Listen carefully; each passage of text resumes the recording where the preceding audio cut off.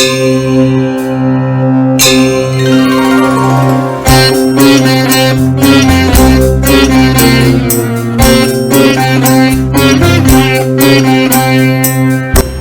आद्या देवी परात्परा भगवती माता कृपा सागरी ब्रह्मानंद प्रदायनी हरवधु षट्चक्र चक्रेश्वरी माया मोहकरी जनोदयकरी ब्रह्मांड भांडोदरी त्राहि मां विमले सदा सुखकरी श्रीक्षेत्र राजेश्वरी भगवती राजराजेश्वर जी नमो नमः।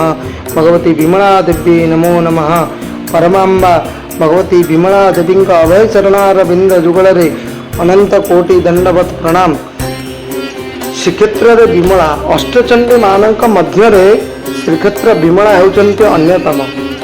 माँ विमला श्रीमंदिर मध्य थिबा एक शाक्त बा कौल भैरवी मध्य सोमवंशी राजा राजत्व काल राजत्व समय समग्र ओडिशा रे शक्ति उपासना प्रसिद्ध लाभ करथिला।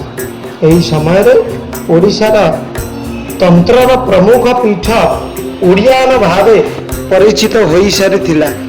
ऐतिहासिक अनुसार वर्तमान विमला मंदिर सेही समयर भारत वर्ष रे सर्वत्र शिव दुर्गा उपासित हेउथिबा बेले पुरुषोत्तम क्षेत्र रे परम वैष्णवी भगवती विमला और श्री जगन्नाथ को केंद्र करी यही परंपरा देखा जाए।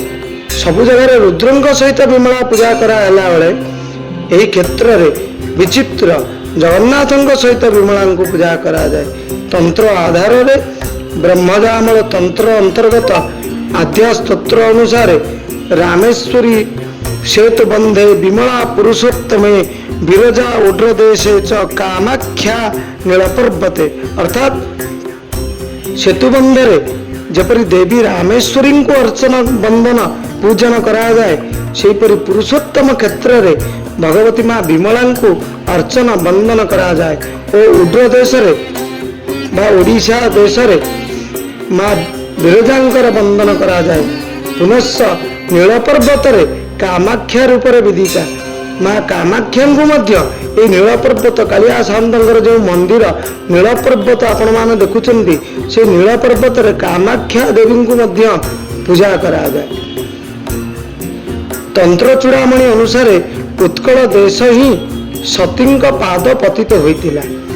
माँ विमला पाद पीठाधीश्वरी राजराजेश्वरी भगवती परमांबा विमला देवी होउचंती पाद पीठाधीश्वरी सर्वतंत्र पीठ मानक मध्य मुख्य पीठ और कई मध्य या श्रीपीठ उद्दिष्ट पीठ नाभिपीठ बोली मध्य वर्णना करती। महानिर्वाण तंत्र अनुसार पुरी श्रीमंदिर भैरवी चक्र नक्शा आधार निर्मित पुरी श्रीमंदिर एपटे मध्य कहते निर्वाण महातंत्र रे पुरी श्रीमंदिर होउची भैरवी तंत्र नक्शा जोपरी से भाव में पुरी श्रीमंदिर निर्मित। श्रीक्षेत्रेश्वरी बा राजराजेश्वरी विमला माँ तांत्रिक पीठ मध्य सर्वश्रेष्ठ अटंती।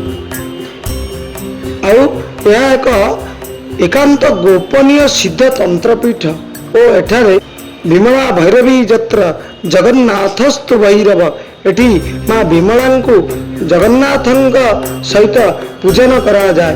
भैरवी तंत्र अनुसार भैरवी तंत्र अनुसार जगन्नाथ अजैक पाद भैरव जगन्नाथ होउचंती साक्षात भैरव तंकर भैरवी होउचंती विमला भैरवी विमला भैरवी जत्र जगन्नाथस्तु भैरव से कहा जाए।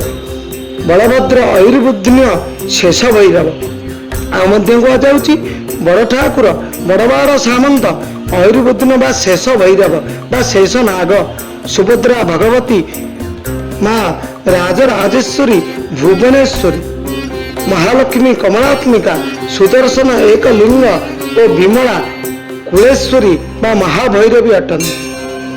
नवम शताब्दी बेलू आदि शंकराचार्य द्वारा भगवती विमलांबांकर कला मुगुनी पत्थर रे प्रतिष्ठा होइतिबारु कुआ जाउछि। देवी चतुर्भुजा त्रिनेत्रा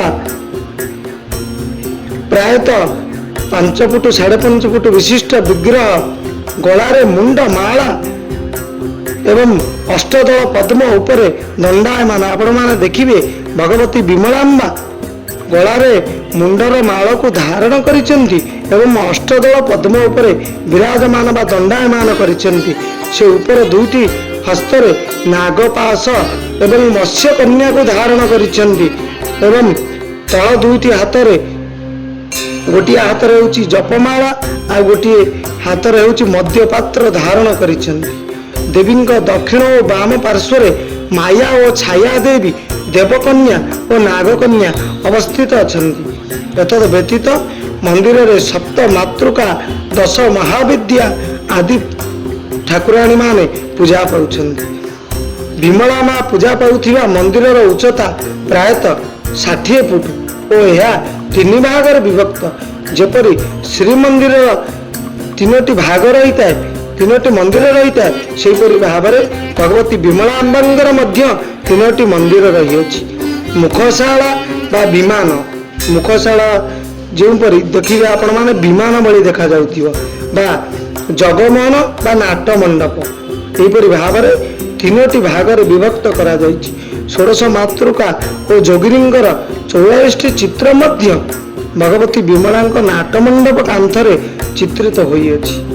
आपण माने गले जेतବେଳେ जीवे दर्शन करेंगे निश्चिंत रूप से प्रत्यय भगवती विमलाम्बा को 16 उपचार रे सकाल धूप एवं मध्याह्न धूप एवं सायाह्न धूप 3 काल रे भगवती को 16 उपचार रे अर्चना करा जाए। जेपरी महाप्रभु कालिया शांतर 3टी धूप को 16 उपचार रे नैवेद्य करा जाए, सेहीपरि माँ भगवती विमलाम्बांगर मध्य 16 उपचार 3टी धूप को 16 उपचार रे मध्य पूजा करा जाए।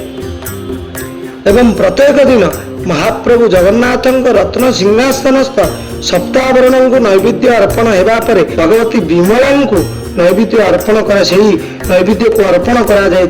तापर से भोग महाप्रसाद होता है, नचेत ता पूर्व संकुड़ी ही होता है।